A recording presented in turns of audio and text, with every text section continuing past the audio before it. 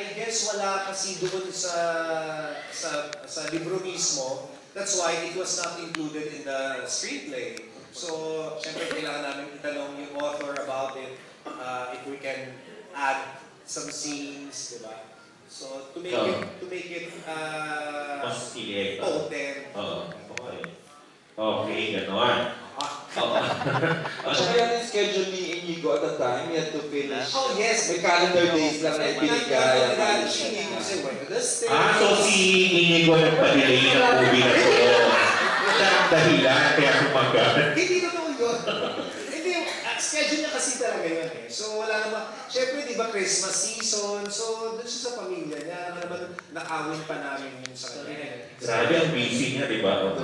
Teka na, dito mo tayo, thank you Direk. Kay JB, so how was it working kayong dalawa dito sa bago nyo nakatrabaho doon sina Julia and Inigo? Naging close ba kayo? Ay, wala kayong eksena together? Wala. Pero so hindi kayo nagka-work sa set ng kahit kailan? Parang 2 days. Ako 3 days eh. Kasi there was this one scene, diba? Yun sa, but anyway, parang 3 times nung po yata kami nagkita-kita sa set. Pero there was this one time po, nung parang napakot kami ng mami, and they had to stay kasi meron pa silang eksena. Nagkwentuhan kami lahat. It's nice naman din naman po. After that, masaya. Pagiging close pa kayo dahil kasama kayo sa movie, promo kayo together, di ba? Chika na pa kayo ni Julia. Actually, what I appreciated sa kanya is the first time we had this button to see them nag-shoot na isang standby area. I didn't think we would actually talk a lot. And then she was the one who came to me first and then started making kwento. Tapos nagkwento na kami. Tapos nakisali. Tapos si AJ, tapos siya. Nakisali na lahat. Saya. So masaya. Anong gusto mo sabihin, James? Ikaw ba? Ikaw, how do you find Julia? On the set? Hindi. Sa person. Sa person. She's very nice. Wow. That's nice. That's nice. Kay Julia na ulit, Jackie, how do you feel na parang ngayon nga, di ba kasi itong dalawa na to, meron itong si movies, nakadalawa na silang kid films, tapos kayo ngayon kasama nyo sila sa movie. The thing that I like about JD, we didn't feel intimidated by them. They were so welcoming. Yun nga yung sinabi ni JD, na we had that one day na kakasama kami. Parang nagkaroon ko ng saling, parang campfire, parang we were just so chill. And we were just talking to each other. So, chummy na kayo ni James, Inigo? Look, chika na ba kayo? Close na kayo ni James? Hindi lang pala ako yung disero. Oo nga, hindi zero rin yan. It's like speaking English, we love music, so... Tapos ikaw naman, Julie. Yun, how do you feel niya? Kasama niyo sila sa movie? Yun yung hypothesis. Masaya. Kasi nga, nakikipag-report sila. Yung madali makasama, magaan. Walang problema. Parang how do you feel, Julie, na may mga impression parang support? Sorry, wait lang. Tatanong ko.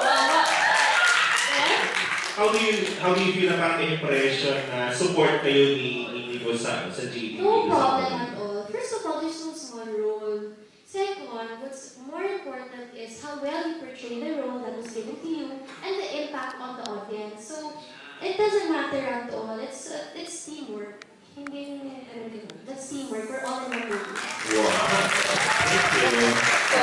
Pwede sa teleserye for Inigo and Julia, di ba? Congratulations. Sila magbibilang sa bagong teleserye ng ABS. Okay, the last question, the last two questions will come from Ruel and Albert's Chicanes. Before si Albert, si Ruel Villacorta muna. Sa poster kasi parang... Si Ian daw. Cellphone. Iyan na kasi dapat. Before you go diba? to bed or bago ka matulog, magte-text ba kayo? Galing ako nagpasa. Galing ako dun sa teritoryo. Yeah, we talk all the time, to be honest.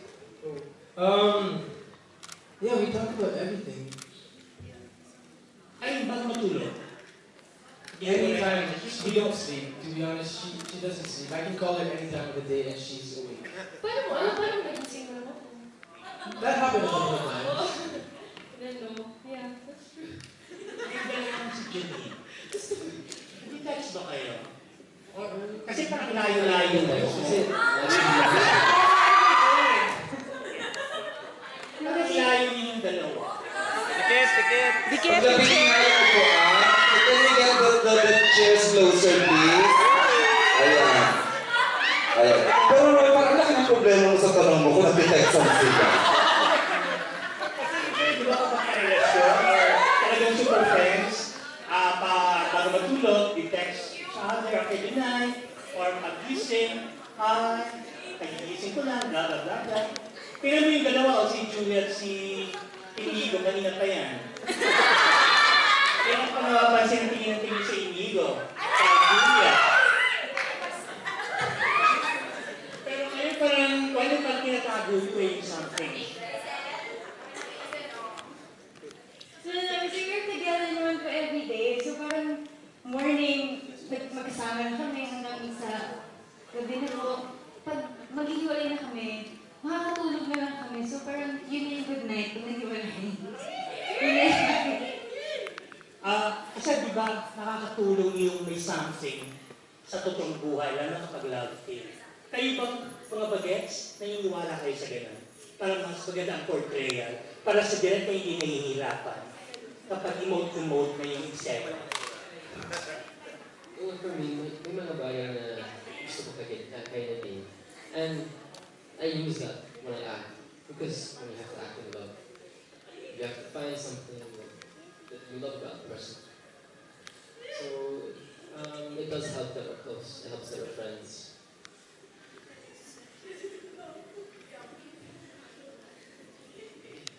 Yeah, I'm thinking, and nag-isip po ako.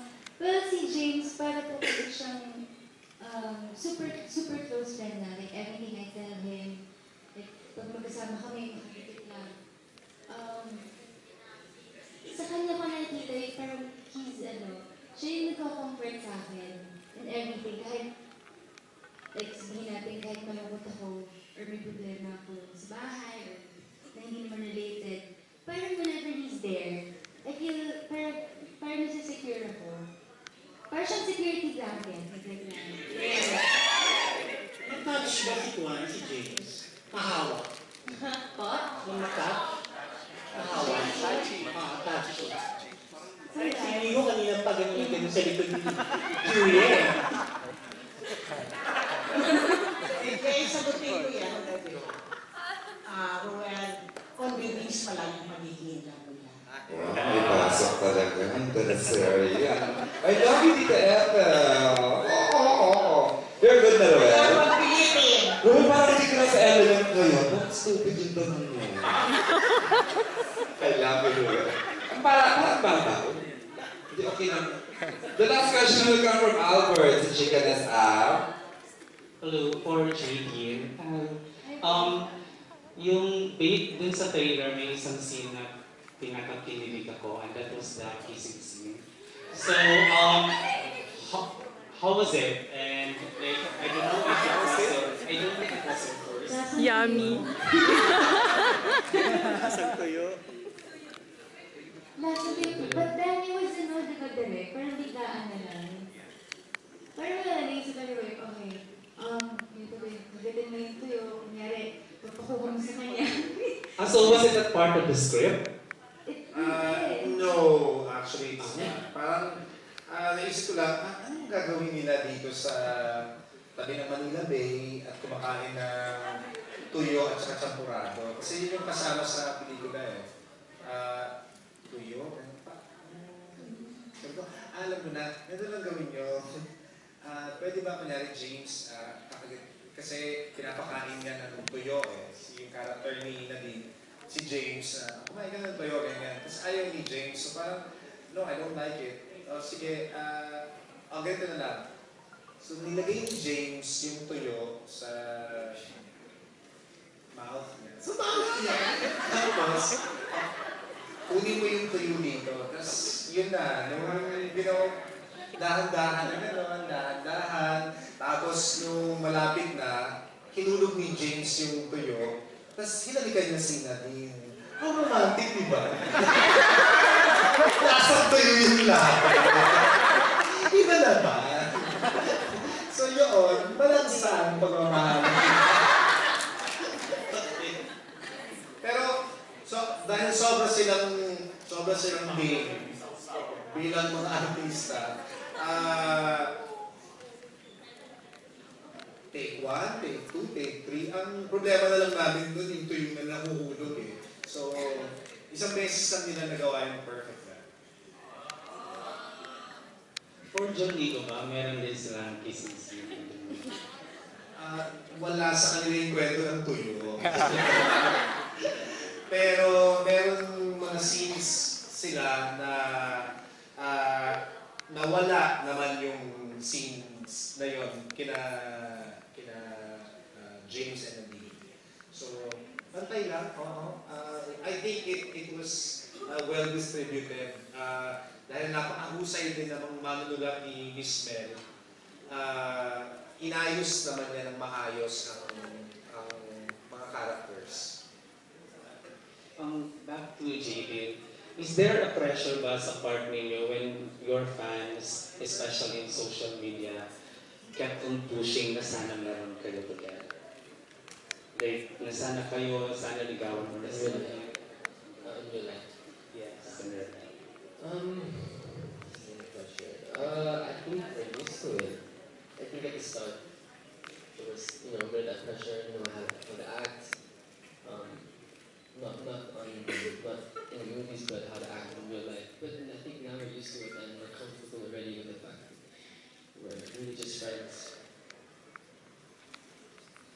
Mas nakakakilig po kasi pag may push sila, alam mo yan, parang, oh my God, sila nabasa na maging celebrity.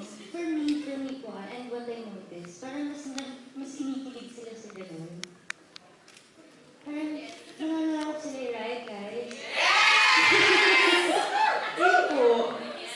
Kinikilig din ba kayo sa sarili ninyong love when you watch your movie? How do you feel that kakilig? Kilig sila, Diyos ko kilig na kilig lagi sa set.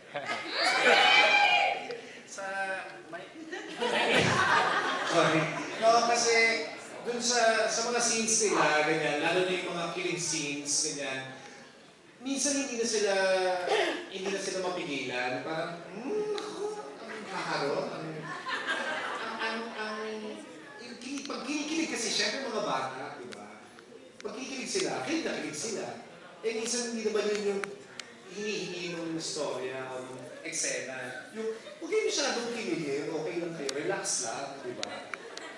May mga intensity ng kilig. Sa susunod na eksena na yan, eh minsan hindi na napipigilan. Pero natitain naman. Kasi nga, ayun. Last question to